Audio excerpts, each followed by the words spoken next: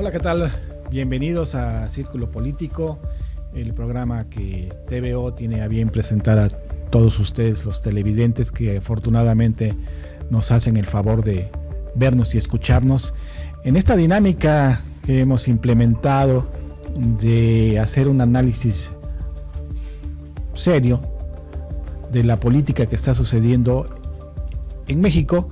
Y ahí voy a tomar un dato que utiliza Dante Delgado, que es que la política no es, se hace. Y Dante Delgado en estos momentos está en una coyuntura política importantísima, y también todos nosotros estaremos en esa dinámica porque vienen las próximas elecciones del año 2024 y va a ser muy importante señalar que nada está decidido, todo puede cambiar, como hemos estado viendo en el caso de MC, pero que es importante señalar en el caso específico de la elección federal del 2024 que las elecciones es en junio y son ahí donde se tiene que decidir. Las encuestas en lo particular me parece un reflejo muy momentáneo, muy limitado en el aspecto estadístico, pero pues que dan juego a la política en este caso.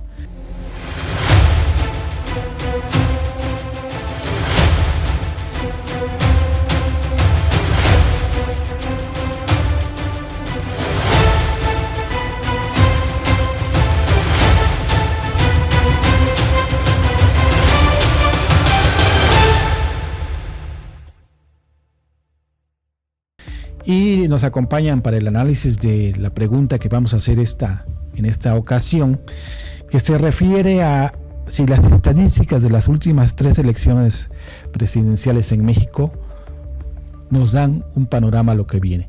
Empezaremos, Marco Rodríguez, dándote la bienvenida. Y de este lado, Emanuel, bienvenido a esta sección. Si me permiten, voy a dar unos datos paulatinamente que son contundentes. En noviembre del 99, la Bastida tenía en las encuestas el 50% y termina con el 36% de la votación efectiva. Fox empieza con el 33% y termina con el 43% y gana.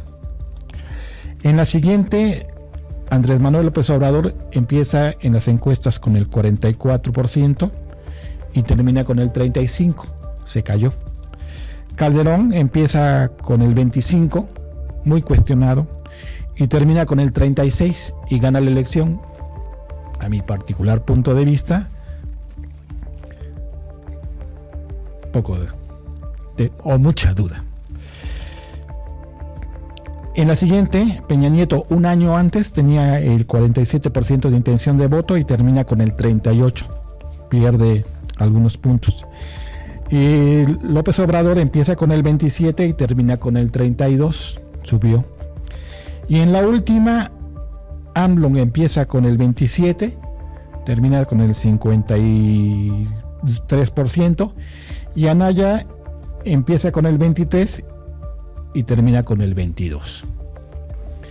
Esas no son encuestas, son datos duros, Marco. ¿Qué te parece? Sí, cada elección presidencial tiene su estilo, su forma, su particularidad, sus contextos. Y bueno, por supuesto que hay en este análisis de 3 elecciones presidenciales anteriores, hemos observado cómo ha cambiado el poder, cómo ha transitado. He insistido que hasta el momento no ha habido un cambio de régimen, sino simplemente un cambio de gobierno, un cambio de grupos, de políticos. Y bueno, la elección del 2000 es una elección que nos deja un fenómeno interesante en México que no había pasado. Es la caída del PRI, que era todo PRI en ese partido hegemónico. Y bueno, la transición se da de una manera muy tersa, recuerden cuando en el Zedillo da su mensaje al PRI, y era cuando todo el mundo esperaba pues el mensaje del presidente, porque ahí les marcaba la línea, y entonces dice Zedillo, la línea es que no hay línea. Entonces en ese momento pues prácticamente el PRI se había quedado descabezado, y en ese momento ya empieza a generar, pues por supuesto que una gran campaña que hizo en su momento Vicente Fox, conectó con la ciudadanía, gana con la ciudadanía, con un sector empresarial muy interesante, y bueno, pues él en la campaña, por supuesto que hace un papel disruptivo, que lo vemos, lo notamos en los resultados.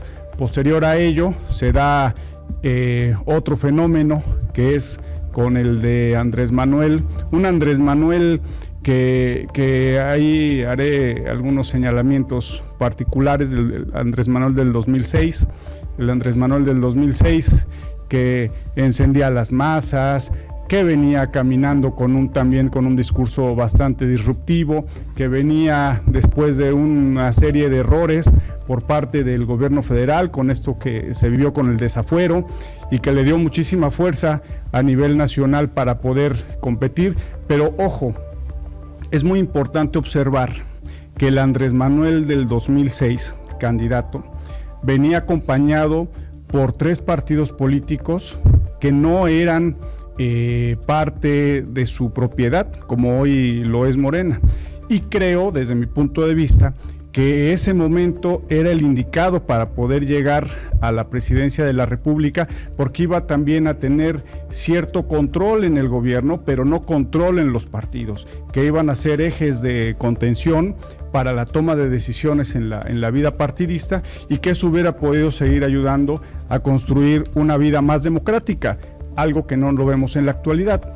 Y bueno, pues después de este ejercicio que se desarrolla, que viene para mí, y coincido completamente contigo, el triunfo muy cuestionado por parte de Felipe Calderón, que se hablan de esos 0.56% de diferencia, que por supuesto, pues vamos, para mí no llega con la legitimidad que en un gobierno se requiere, pues por eso tiene un proceso bastante complicado como presidente de la República, y llegamos finalmente al efecto totalmente mercadológico con un candidato como Peña Nieto, que era más allá de observar la historia, los hechos, todo lo que haya él podido desarrollarse como gobernador del Estado de México, se fueron simplemente con la imagen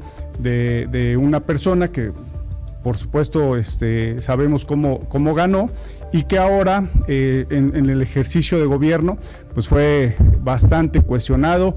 La corrupción, nuevamente un señalamiento y una mancha increíble para el gobierno de México, y creo que hay muchísima tela de dónde cortar en estas 3 elecciones. Sí, importantísimo los datos, o sea, los datos son duros y contundentes, o sea, quien piense que va en la ventaja porque va arriba en las encuestas, la realidad es que siempre el ejercicio del poder y la elección, los votos reales y contables, llevan a los datos, donde para ganar en una presidencia en México es complicado, y afortunadamente eligen ustedes, los electores. Emanuel, tu visión y tu diagnóstico de estos datos. Pues así es, pues mira, pues antes que nada, saludos a todos, felices fiestas, porque ya en unos días va a ser Navidad, va a ser Nochebuena y también Navidad. Saludos a todos los orizabeños y a todos los que nos escuchan y nos ven aquí por esta vía. Pues mira, como tú bien lo dijiste, muy acertadamente, en una elección pueden pasar muchísimas cosas, y mucho más en el tiempo que ahorita estamos. No por el hecho de que un candidato o una candidata pues inicie, ¿no? con un piso, quiere decir que ahí se va a mantener. Muchas cosas van a pasar todavía en estos 6 meses que faltan de pre, de inter y de campaña, que ya hablaremos de los tiempos políticos. Así empezó Calderón, así empezó Andrés Manuel, así empezó también La Bastida y Fox. Y bueno, los resultados fueron los, como tú bien lo dijiste, no son encuestas lo que acabas de decir, son simplemente datos duros, ¿no? que ya tenemos. Y bueno, pues yo creo que en esta elección vamos a tener todavía muchas sorpresas. Bueno, lo que acabamos de ver con Movimiento Ciudadano, ¿no? y con esta andanada, ¿no? Entre que Samuel y Mariana, ¿no? Que salen del gobierno, inician una campaña, un despegue muy bueno, ¿no? En donde parece ser que se estaba cambiando, no el tablero, ¿no? Porque el electoral en cuestión totalmente números, pero sí, por supuesto que irrumpió mucho MC. Al final regresan a donde empezaron, ¿no? Que es en el gobierno de Nuevo León. Y bueno, pues estamos prácticamente como iniciamos, ¿no? MC regresa a su porcentaje inicial. Entonces, muchas cosas van a ir pasando todavía, ¿no? ¿Y de qué depende? Bueno, depende de muchas cosas, pero algo muy importante es, pues, de la campaña que haga cada una de las candidatas, ¿no? Y del candidato o candidata de MC, si es que saca candidato, porque hay que recordar que también MC en las elecciones que pasaron en el Estado de México y Coahuila no presentó candidatos, entonces pues puede ser que incluso ni candidato a la presidencia presenten. Pero bueno, si es que llegan a presentar, que parece ser que va a ser el 28 de enero, cuando van a presentar al candidato, y que ya vendría a ser campaña hasta la campaña, porque viene una intercampaña, ¿no? Después del 30 de enero al 1 de marzo, en donde ya no puede hacer ninguna promoción el candidato o candidata de MC. O sea, ya lo conoceremos ya bien hasta la campaña. De muchas cosas depende, pero de que hoy las candidatas pues tengan una buena organización. Yo la verdad es que yo veo hoy dos candidaturas muy distintas en cuestión de su organización. A una Xóchitl Gálvez, que si bien ha sido también cuando inició su pre-campaña, ¿no? Inició muy bien, ¿no? Echada para adelante, algo muy similar a lo que pasó con Samuel. Hoy hay una desorganización dentro de su campaña, y veo una Claudia Sheinbaum, que realmente pues hay mucho orden, ¿no? Mucha disciplina, mucha unidad dentro de su campaña, y eso es lo que hoy pues hace que estén los números electorales como están.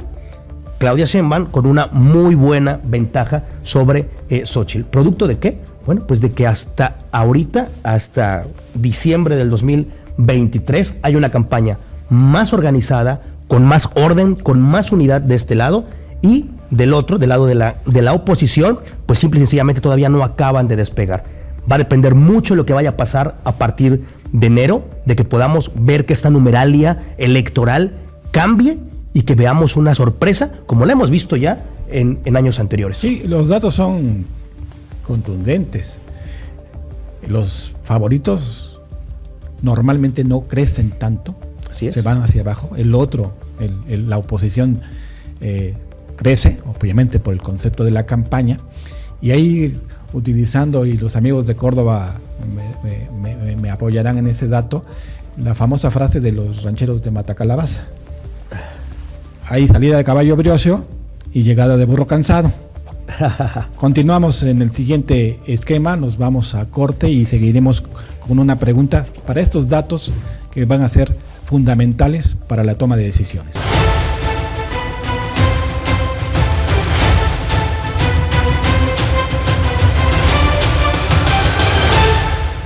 Continuando con los datos que nos permiten visualizar la realidad de las elecciones en México, las elecciones presidenciales, hay que anotar, si me permiten, estos datos que son contundentes. Del total de electores que participan o que tienen derecho a participar en una elección federal, en el 2006, Felipe Calderón gana y hay una participación del 58.6% del padrón electoral. En el 2012 gana Enrique Peña Nieto y hay un 63.1% de participación del padrón electoral. Y en el 2018 Andrés Manuel López Obrador gana y hay una participación del 63.4%. Esto nos da la información de que las elecciones más participativas y las que entusiasman a la gente son las elecciones presidenciales. Y no todos votan. En este proceso del 2024 probablemente vaya a pasar que haya una participación del 60% y que estamos hablando de muchos mexicanos votando. Con esos datos, Emanuel, ¿puede la oposición vencer a Morena? Pues sí, yo creo que como bien lo dijimos en el bloque anterior, ¿no? Tiene que hacer un cambio de timón, un cambio de estrategia. Una de los primeros cambios que yo propondría, ¿no? al Frente Amplio, que ahorita estábamos viendo ayer un cambio ya de eslogan, ¿no? Antes era el Frente Amplio por México, ahora es Fuerza y Corazón por México, ¿no? O sea, en tan solo un par de meses pues ya se cambió, ¿no? el lema de campaña. Yo creo que una de las cosas, uno de los errores que ha tenido hoy Xóchitl Gálvez y el equipo del Frente Amplio es enfocarse en atacar al presidente de la República. Un presidente de la República que tiene el 56% de aprobación ante los mexicanos. ¿Es alto o no es alto? Bueno, pues es que no sé a quién le sorprende. Todos los presidentes de la República de este país en su último año de gobierno han tenido una aprobación alta. Y te voy a dar nada más un dato, ¿no? Ernesto Zedillo, en su último año de gestión, tenía 58% de aprobación. Felipe Calderón, con todo y la guerra contra el narco y todo, tenía 59% de aprobación. Y si nos vamos a la historia y lo que los candidatos opositores al gobierno hicieron, si tú te das cuenta, Vicente Fox, que gana en el 2000 con una elección, como bien lo decía Marco, muy bien hecha, muy bien estructurada, con una muy buena mercadotecnia, nunca escuchaste tú a Vicente Fox hablar en contra de Ernesto Zedillo como presidente de la República. Hablaba del régimen y que las tepocatas y las víboras prietas y el PRI, etcétera. Hay que recordar que en ese entonces Carlos Salinas de Gortari estaba confrontado con Ernesto Zedillo. Y el villano favorito del PRI, todo lo que representaba el PRI, era Carlos Salinas de Gortari. Pero al presidente de la República en turno nunca lo tocó. A la Bastida sí, le decía que mandilón, que la vestida, etcétera, al candidato, pero nunca al presidente de la República. Y te doy otro dato. Lo mismo pasó con Felipe Calderón y la alta popularidad que tenía. Nunca escuchamos nosotros a Enrique Peña Nieto como candidato a la presidencia de la República tener una confrontación hostil contra Felipe Calderón. Y él lo que decía es: no voy a dividir a México, no voy a contestar ataques, etcétera, etcétera. Y se abocó exactamente en su campaña. ¿Por qué? Porque obviamente que cuando hay un presidente popular, como lo ha habido, es una muy mala estrategia dedicarte a atacar al presidente. Lo que hoy está pasando con el Frente Amplio es que quieren seguir con la misma narrativa con la que inició e irrumpió al inicio de la campaña, de la pre-campaña, Xóchitl Gálvez. Cuando recién salió Xóchitl, claro que le funcionó ir a molestar al presidente, irle a tocar la puerta, etcétera, ¿no? Y estar haciendo ahí que la voltearan a ver. ¿Pero por qué? Porque eso era lo que se necesitaba. Precisamente que el electorado pusiera los ojos en alguien que pues muchos ni siquiera sabían que existía una tal Xóchitl Gálvez, ¿no? Xóchitl Gálvez. Entonces dijeron, bueno, vamos a ver de qué se trata, ¿no? ¿Quién es esta mujer? Pero esa etapa ya pasó. Ahora ya es precandidata. Y ahora lo que tiene que hacer es ir en busca de ese voto volátil, en busca de ese voto que, bueno, independientemente de que apoye o no apoye al presidente, busca un nuevo perfil para gobernar este país. Yo creo que si el Frente Amplio hace ciertas modificaciones, ciertos cambios, estamos viendo que ahora que llegó Samuel con su fallida precampaña, ¿no? Su fallida aparición, pues a cuántos jóvenes, a cuántos indecisos, a cuánta gente que no sabía realmente por quién votar, ¿no? Empezó a llamar su atención. Y yo digo, bueno, si ya nos dimos cuenta que esas emociones son lo que hacen que la gente pueda voltearte a ver, bueno, pues ¿por qué no replicarlo, no? Y hacer, en vez de criticar una estrategia con las redes sociales, que al final de cuentas hoy todo mundo está en las redes sociales, chicos, grandes, clase media, alta y baja. Bueno, pues hay que penetrar ahí. Si el Frente Amplio logra penetrar ahí en donde todavía Morena no ha permeado, yo creo que por supuesto sí puede dar una voltereta electoral, pero pues necesitamos que realmente su equipo de campaña pues haga lo que tiene que hacer. Y con esto acabo. Yo veía, por ejemplo, sus nombramientos que hizo el día de ayer en su equipo de campaña. Y mira que simpatizo con el Frente Amplio, pero yo veía y decía, por Dios, o sea, ves todo, a todos los que presentó, es lo que hoy en día el mexicano más aborrece, que son políticos del PRI, políticos del PAN, políticos del PRD, y no porque no se necesiten para ganar una campaña política, claro que sí, pero hoy lo que la gente quiere ver es gente de la sociedad civil, intelectuales, gente que que defiendan los derechos de los discapacitados, de las feministas, etcétera, etcétera, etcétera. Hoy la gente está harta de ver políticos, harta ya de ver gente que durante muchos años han saqueado las arcas de este país. Entonces, yo lo veía, yo decía, no puede ser. O sea, yo claro que creo en las bondades de Xóchitl Gálvez y en que quiere un mejor México para todos nosotros. Pero necesitas proyectarlo y no va a ser con políticos, aunque sea políticos de carrera, como le vas a venir a decir a los mexicanos que realmente estás ofreciendo algo distinto a lo que hoy Morena en el poder le está dando a la gente. Marco, ¿la oposición PAN con lo mismo y con eso le alcanzará para derrotar a Morena? Mira, a mí hoy por hoy me queda clarísimo que se le puede derrotar a Morena. Hoy el ejemplo de esas precampañas me ha dejado muchísimas reflexiones. Y solamente para entrar al tema, quisiera señalar, estaba escuchando con mucha claridad lo que decía Emanuel, y justo, ese es el PRIAN. ¿Por qué Zedillo no se confrontó con Fox? Pues porque fue una transición pactada. ¿Por qué Peña no se confronta con Felipe Calderón? Porque fue una transición pactada. Pues ese es el PRIAN. A ver, y ojo, que es un dato muy interesante.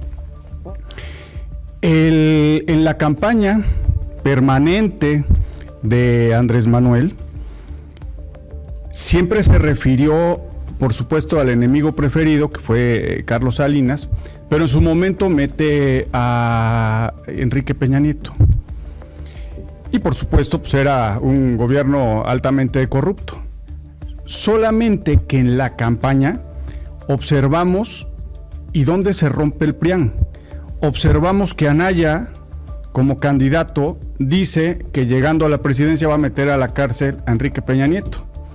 O sea, ahí es donde se rompe el acuerdo, y por supuesto que tanto el presidente como su equipo dice, a ver, de entregarle el poder y de rasgarme las vestiduras por este muchacho, pues prefiero pactar con Andrés Manuel y hacer una transición pactada. ¿Qué quiere decir esto? Pues que estamos observando pactos en las cúpulas. Que después de que llega Andrés Manuel como presidente de la República, ¿han escuchado ustedes algún señalamiento en contra hacia Enrique Peña Nieto? Es intocable. Ya no lo mencionan, ya no lo tocan. Ya ahora los enemigos ya no son esos, sino son los fifís, los aspiracionistas, la gente de clase media, los empresarios, los medios de comunicación, pero ya se olvidaron de la corrupción que hubo con Enrique Peña Nieto, porque hubo un pacto.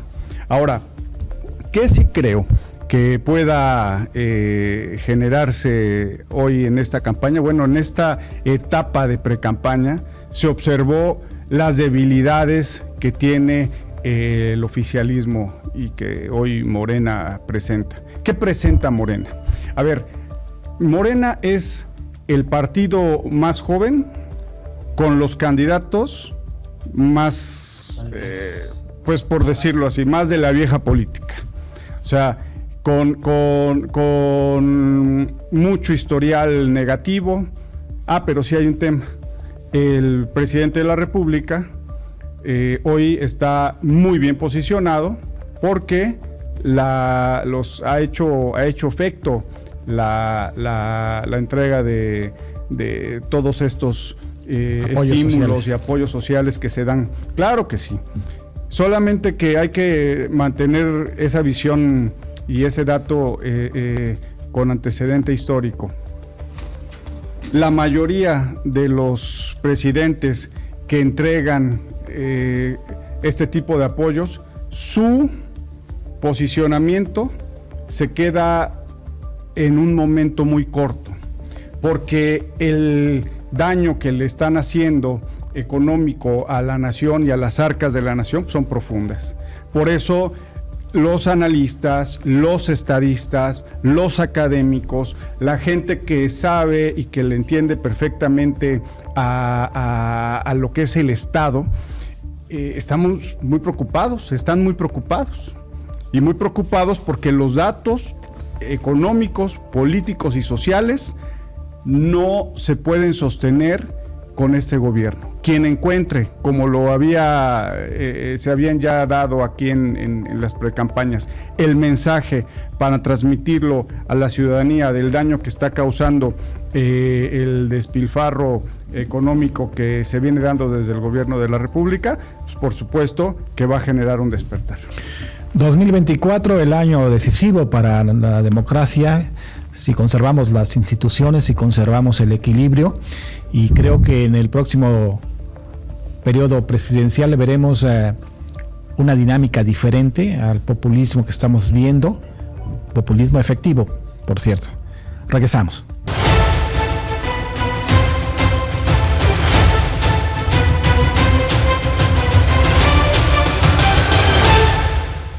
En este proceso electoral del 24 también se renueva la Cámara de Diputados y la Cámara de Senadores y la Cámara de Diputados de Veracruz. Y hay un dato contundente, es que la participación disminuye. En el 2015, 47%, en el 2021, 52%. En el 2015, 11 millones de gentes votaron por el PRI y tuvo 203 diputados. Por el PAN votaron 8.377.000 y tuvo 109 diputados. Por Morena votaron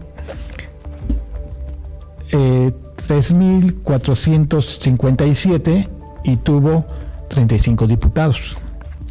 En el 2021, por el PRI votaron 8.715.000, por el PAN votaron 8.968.000 y por el PRI, por Morena votaron 16.136.000 personas y tuvieron 75 diputados el PRI, 117 el PAN y 203 Morena.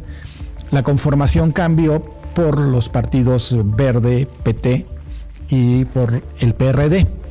Pero en sí se nota la disminución del PRI, el mantenerse por el PAN y el crecimiento de Morena y sus aliados. Se va a volver a presentar esa situación, pero hay un dato que en las últimas semanas se ha sido contundente, porque con lo que estuvimos mencionando, siempre se habla de un bipartidismo entre dos corrientes, y había irrumpido, que sería la palabra correcta, Movimiento Ciudadano, con su candidato, que ya no es candidato, como gobernador, que se quedó sin ser gobernador, pero después regresó porque le dijo su mamá o su esposa que aguas, porque te pueden hacer juicio político, y porque si no te cuadran las cuentas, pues todo lo que dijiste, todo lo que propusiste que era diferente a Morena o al Frente, pues resulta que se le revirtió. Y ahí sí, que me disculpen algunos de los presentes, pero Movimiento Ciudadano se vio falto de habilidad política y le ganó la soberbia a su candidato. ¿Emanuel? Pues mira, yo creo que MC, me contradirá o no nuestro buen amigo Marco. Pero yo creo que MC tiene dos visiones totalmente distintas, ¿no? Por no llamarlo corrientes, ¿no? Por un lado, los que piensan como pues el gobernador más fuerte que tiene por el peso electoral, MC, el gobernador de Jalisco, Enrique Alfaro, por la figura central de MC más popular en el país, como lo es Luis Donaldo Colosio, ¿no? que piensan de una manera pues más sensata, más equilibrada, ¿no? Dentro de MC, la cuestión de medir los tiempos electorales, ¿no? Si es nuestro tiempo o no lo es. Yo escuchaba el otro día con mucha atención la entrevista que le hizo Código Magenta a Luis Donaldo Colosio. Vaya, la verdad, qué madurez política, ¿no? A pesar de que es el primer cargo político que tiene como alcalde de Monterrey, ¿no? Y por el otro, pues los que piensan con la víscera, con la soberbia, ¿no? Como bien lo has mencionado, ¿no? Como lo es el gobernador de Nuevo León, ¿no? Como lo es el propio presidente nacional. Y también yo creo que una tercera vía, que son los que están en medio, ¿no? Que de alguna manera a lo mejor no están de acuerdo con su líder, no están de acuerdo con lo que se decidió, pero al final pues no son de un perfil de salirlo a comunicar, como lo es, por ejemplo, Patricia Mercado, ¿no? Que se ha dicho, yo no estoy totalmente a favor, ¿no? De que vayamos solos en una contienda electoral, pero bueno, pues al final estoy en donde me diga mi partido. También porque todo el mundo anda cuidando pues su futuro político, ¿no? Porque pues ella, pues de ser senadora, pues quiere ser ahora diputada también. Entonces, yo creo la verdad que MC, como todos los partidos políticos, está entrampado, ¿no? Entre esa disyuntiva, ¿no? Y obviamente que los que ganaron, pues fueron los radicales, ¿no? En este momento, bueno, ganaron.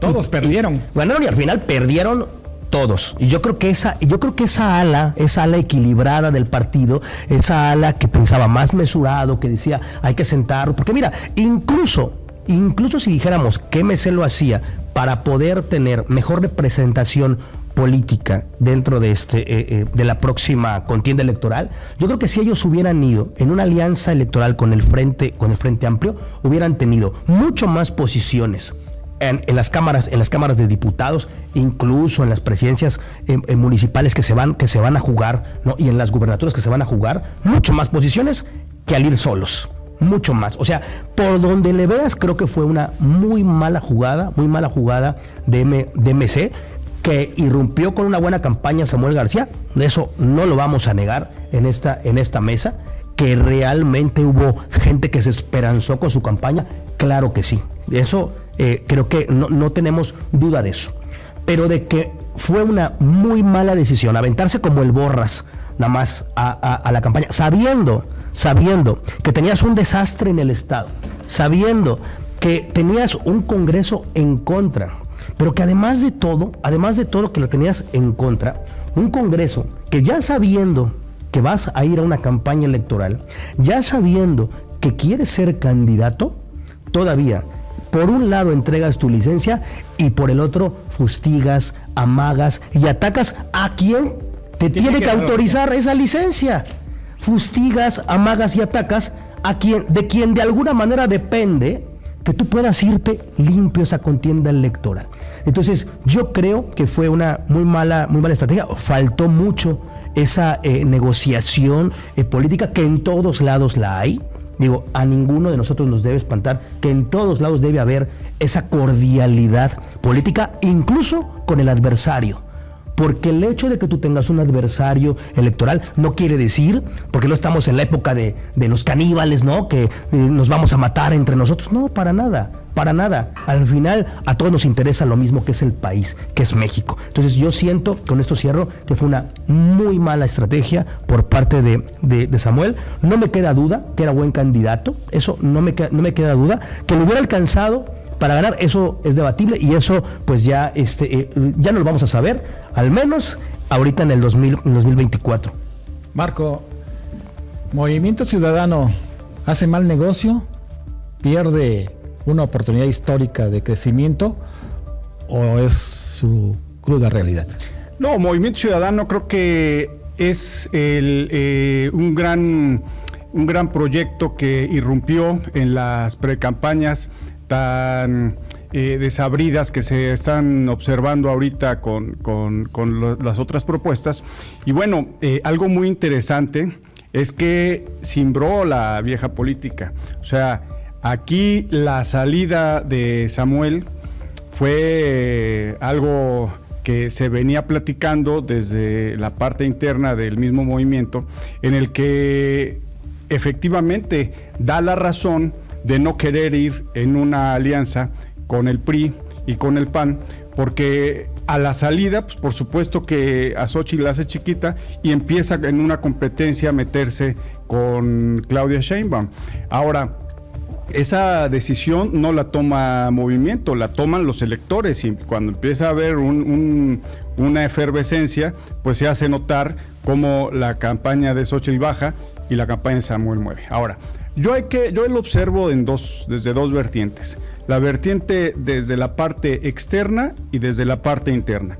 Desde la parte externa, yo noto que la salida primero la propuesta de Samuel, y no hay que olvidar esta máquina de empatía que es su esposa Mariana, salen y revolucionan, le dan color a las precampañas. Empieza en verdad a meterse ya en una dinámica de expectativa por parte de los ciudadanos. De ahí el caminar, por supuesto, pues él se venía enfrentando, él justo lo decía, Nuevo León, sus adversarios son el PRIAN, entonces bueno, pues la controversia y el choque lo venían viviendo en el estado, y a la par, pues también la competencia inicial era para ver quién llegaba a enero como en una segunda posición.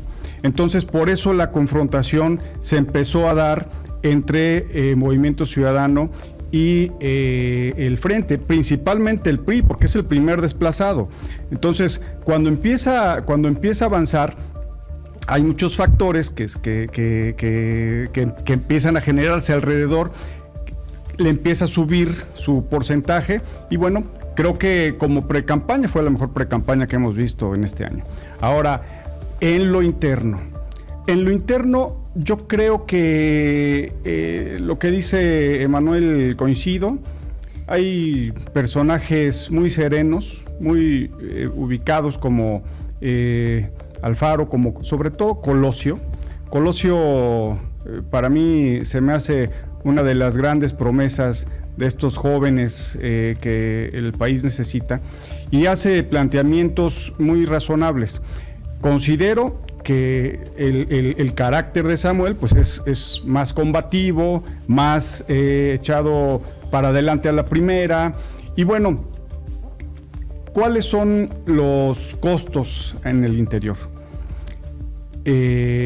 Samuel, que por supuesto pierde la oportunidad de ser candidato a la presidencia de la República y con eso ser presidente, pierde esa oportunidad, pero regresa a ser gobernador y tendrá unos 4 años para poder reestructurar todo su ejercicio como el Poder Ejecutivo.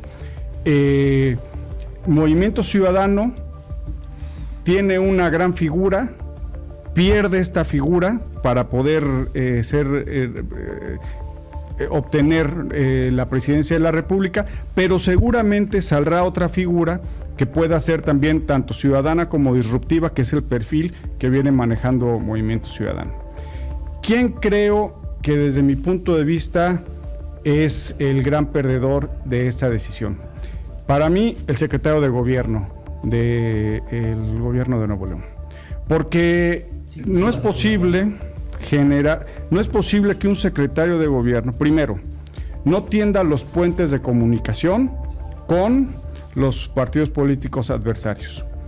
Un secretario de Gobierno es para generar puentes, para poder hacer política, primero. Segundo, el secretario de Gobierno tiene a su disposición la consultoría jurídica y además tiene un amplio margen para poder contratar despachos externos y analizar todos los efectos legales que genera una decisión para poder presentarse, dejar el cargo de gobernador y presentarse como candidato. Esa es totalmente una responsabilidad del secretario de gobierno. Entonces, desde mi punto de vista, ahí es donde está la gran falla de esta decisión, y bueno, ya veremos cómo se rehace, pero creo que algo que a mí me deja muy claro es que con esta precampaña corta que se presentó, sí está en disposición de competencia y por supuesto de que Morena pueda perder la presidencia de la República.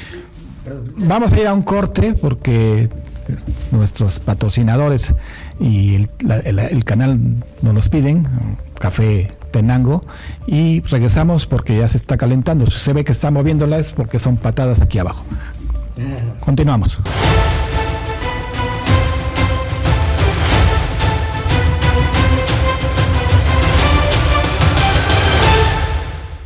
Vamos a continuar con el tema de el tercero en discordia, que ya no es el tercero en discordia porque lo mandaron a traer y le dijeron: usted no puede salir porque no tiene la mayoría del Congreso, y el Congreso es el único que está facultado para nombrar a un gobernador interino en Nuevo León. Y ahí la función de la Suprema Corte de Justicia ha sido fundamental. A mi particular punto de vista, la verdadera oposición en México a Morena ha sido la Suprema Corte de Justicia, con sus 11 elementos, que de esos 3 están dos totalmente moradas, uno que también le pidió permiso a su mamá para retirarse, y los otros 8 son los que le están dando la contrapartida y le están corrigiendo la plana al presidente y a los legisladores. Y en el caso de Movimiento Ciudadano, era precisamente la posibilidad real de un tercero en discordia que iba a dar ese punto de equilibrio en el legislativo.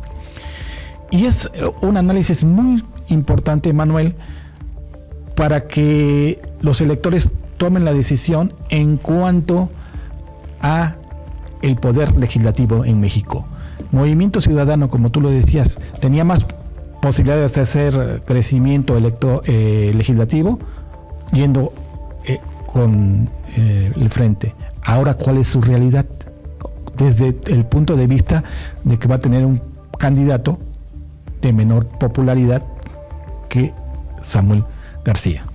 Además de que llega con un candidato de menor popularidad, porque yo no veo quién pueda tener la misma estrategia de Samuel García, pues llega con menos credibilidad, ¿no? Realmente ante la elección del 2024, ¿no? Porque después de ver el desastre que hubo, o sea, mira, por un lado vimos una campaña, como bien lo decía Marco, que yo en eso no difiero de él, una campaña alegre, una campaña que rompió, una campaña que pegó, ¿no? Que emocionó, que llegó realmente a las fibras de los mexicanos, sobre todo de aquellos que no tenían ni siquiera la intención de voltear a ver la elección presidencial. Les empezó a llamar la atención. Yo conozco muchos que no les emocionaba nada de la elección al 2024, y a raíz de la campaña de Samuel, de esta campaña en redes sociales, ¿no? Empezaron a voltear a una elección. Pero por el otro, muchos, yo te puedo asegurar que mucha esa gente que veía esa campaña ni enterada estaba del conflicto que tenía Samuel García en Nuevo León. ¿Por qué? Pues porque, bueno, pues cada quien ve los temas de su estado. Sin embargo, al salir a la luz, ¿no? Este conflicto que tenía, esto que vimos, ¿no? De los gases lacrimógenos ahí en el Congreso de Nuevo León, cómo irrumpen, ¿no? Rompen la puerta para poder entrar, ¿no? O sea, este tipo de imágenes vino a ensuciar esta campaña limpia, esta campaña alegre que tenía MC, y este discurso, ¿no? De que no somos iguales que todos los demás, que todos los de la vieja política. Yo te voy a decir, por ejemplo, en qué difiero con Marco. Yo difiero en el tema de que el gran perdedor aquí fue el secretario de gobierno. Yo creo que el gran perdedor fue la democracia, y ahorita digo por qué.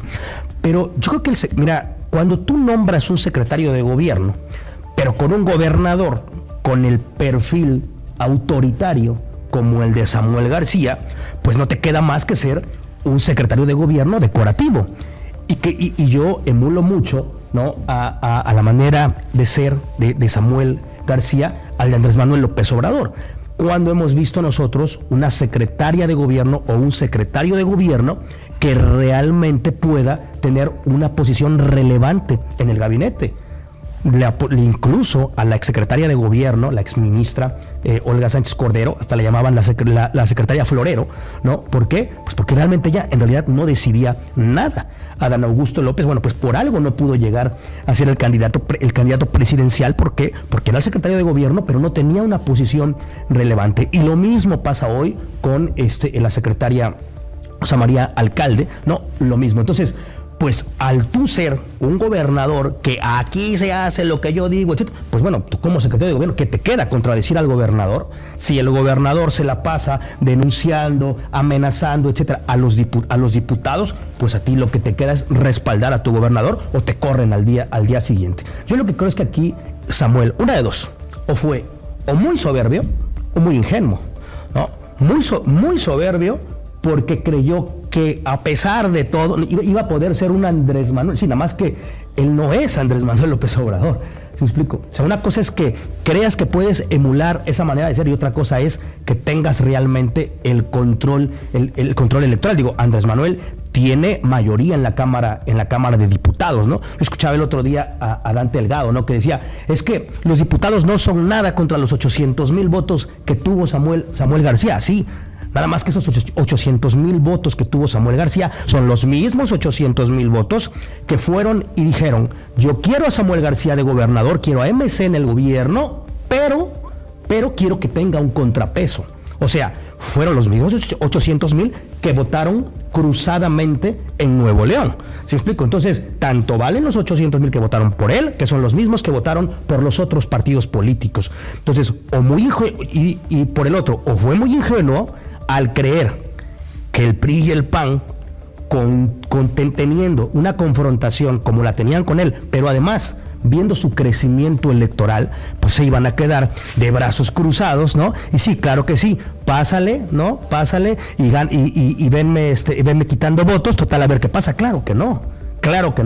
Estamos al final de cuentas en política y estamos al final de cuentas en una guerra electoral. Entonces yo creo que faltó mucha visión por parte de él, de que si él quería ser candidato a la presidencia de la República y él sabía que podía hacer una campaña alegre, una campaña limpia, una campaña en donde realmente pudiera emocionar a México, yo creo que tuvo que haber tejido una salida muy tersa del gobierno de Nuevo León, tuvo que haber negociado con las fuerzas políticas para que él pudiera realmente llegar como llegó, como irrumpió, pero sin tener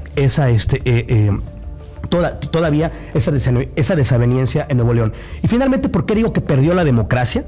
Porque el haber llegado, para mi punto de vista, y lo digo como analista, no lo digo como militante de ningún partido político, el haber llegado una tercera vía que realmente emocionar a la gente que no tenía la mínima intención de ir a votar en el 24, eso fortalecía la democracia. Realmente el hecho de que la gente vaya a participar y vote por quien sea, que es lo que hemos dicho en este programa mucho, y le hemos dicho a la gente, usted vaya a votar, no importa por quién sea, realmente ejerza su derecho. Yo creo que eso es lo que perdimos hoy los mexicanos, que muchos jóvenes, que mucha gente que no tenía la intención y que vieron en él la esperanza de poder ir a votar por alguien después de ver todo este circo que pasó y después de ver que se regresó al gobierno de Nuevo León. Si antes estaban desencantados de la política, si antes les daba asco la política y las elecciones, hoy pues no me quiero ni siquiera imaginar lo que piensa esa gente de nuestra clase política y de las elecciones en México. Ahora, como dicen los viejos castellanos, ¿qué hacemos, Marco, con Movimiento Ciudadano? Bueno, yo la verdad es que veo una gran oportunidad. Yo soy muy optimista con todo lo que va a continuar en esta elección, que por cierto va a dejar un antecedente de ser una elección sui generis, independientemente de todas las elecciones pasadas. Esta ya genera nuevas características. ¿Qué refleja el que haya ahora dejado de participar Samuel García? Bueno, primero refleja que la opción que tiene PRI-PAN con Xóchitl, la verdad es que está muy inflado. Con 9 días de campaña, bajó el porcentaje en grandes cantidades, que incluso en algunas encuestas lo posicionaron arriba. Yo creo que iban más o menos a la par, pero el crecimiento era mayor.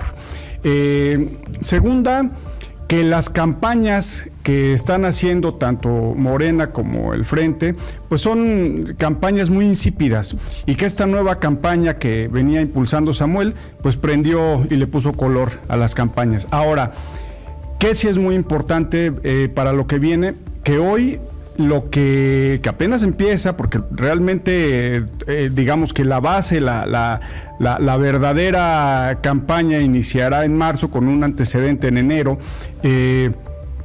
Todo lo que viene es una gran oportunidad para que esta nueva candidatura que vaya a presentar Movimiento Ciudadano lo haga no con un político, no con políticos, porque me queda claro que el grupo que presentó Claudia Sheinbaum, donde la van a acompañar en su gobierno, de verdad que deja muchísimo que desear. El grupo que presentó Xóchitl Gálvez para acompañarla en su propuesta de gobierno deja mucho que desear, son los mismos políticos de siempre.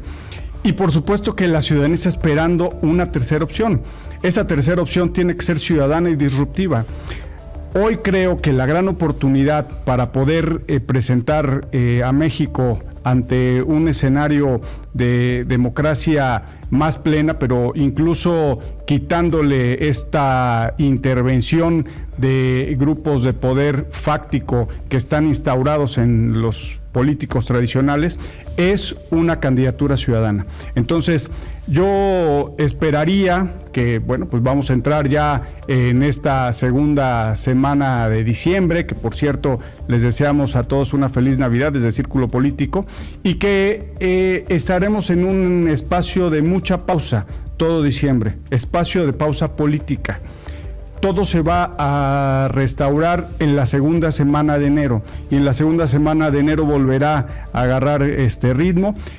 Creo que la presencia de una figura que todos, en general, los que en algún momento motivó la campaña de Samuel, están esperando un perfil ciudadano. Seguramente en enero estaremos observando, y creo que ahí tendremos ya una definición para poder tener ya los argumentos a lo que sigue. Hoy por hoy se demostró que la primera pregunta que tú hiciste en el programa es: ¿se le puede ganar al gobierno? Por supuesto que se le puede ganar al oficialismo, está demostrado, y creo que hay que presentar perfiles que sean dignos de ser presidentes de la República. Emanuel, tu conclusión sobre el tema que abordamos hoy en Círculo Político. Y pues yo me regresaría igual que Marco a la pregunta inicial que nos hiciste, ¿no? Si realmente puede la oposición ganarle a Morena. Bueno, yo creo que hoy está muy a tiempo de poder hacer los ajustes necesarios, porque si hoy fuera la elección, definitivamente ganaría Morena la elección, y seguramente de 15 a 20 puntos electorales, según lo que dicen las encuestas. Pero hoy no es la elección. Tenemos 6 meses todavía por delante. Hay mucha tela de dónde cortar. Hay muchas cosas que el gobierno federal prometió, como lo que es bajar la luz. Nos acaban de decir el día de ayer que el próximo mes sube 7.8, ¿no? El gasto de la luz a los mexicanos. Entonces hay muchas promesas todavía incumplidas. Pero, insisto, tiene que haber orden, tiene que haber organización en la campaña de este lado. Yo no veo, la verdad, por dónde MC pueda hoy sacar a un candidato, como bien lo dices, disruptivo. La verdad es que no lo veo. Para empezar, los tiempos electorales se han estado ya acortando. Ojalá lo haga y ojalá lo tenga de verdad por bien de la democracia, y ojalá de verdad de este lado se logren poner de acuerdo, se acaben los apetitos personales por parte de quienes integran el frente, de quienes integran la oposición, y tengan una misma visión, que es México. Si eso no ocurre, Si eso no pasa y cada quien anda viendo sus plurinominales y cada quien anda viendo a ver qué me toca para la próxima elección, para que yo pueda estar seguro política y electoralmente, pues bueno, yo creo que el resultado ya lo sabemos. Si queremos algo diferente, tenemos que hacer un cambio de timón y estamos muy a tiempo todavía. Usted definitivamente va a tener esa posibilidad de participar. Seguramente habrá muchos mexicanos, alrededor del 60-65% que participen. Recomendable analizar todos los datos, analizar que esto, como dice Manuel y como dice Marco, todavía no está decidido. Si usted quiere que gane Morena, vote por Morena. Si quiere que gane la oposición, vote por esa. Sí es recomendable, y sí es mi humilde punto de vista, que tengamos un Congreso dividido, porque eso es lo que nos da fortaleza democrática, que respetemos a las instituciones y que en estas Navidades usted empiece a analizar y reflexionar cuál va a ser su decisión en el próximo año 24. Para nosotros en este círculo político, darle las gracias a nuestro patrocinador Café Tenango, darle las gracias a Emanuel, darle las gracias a Marco, pero sobre todo a ustedes y a TVO por habernos participado en este proceso tan interesante como los pueden ser, donde hemos tratado de ser analistas políticos más que analistas electorales. Una feliz Navidad para todos ustedes, en paz, en concordia con su familia, y esperemos seguir contando con su amable participación. Buenas noches.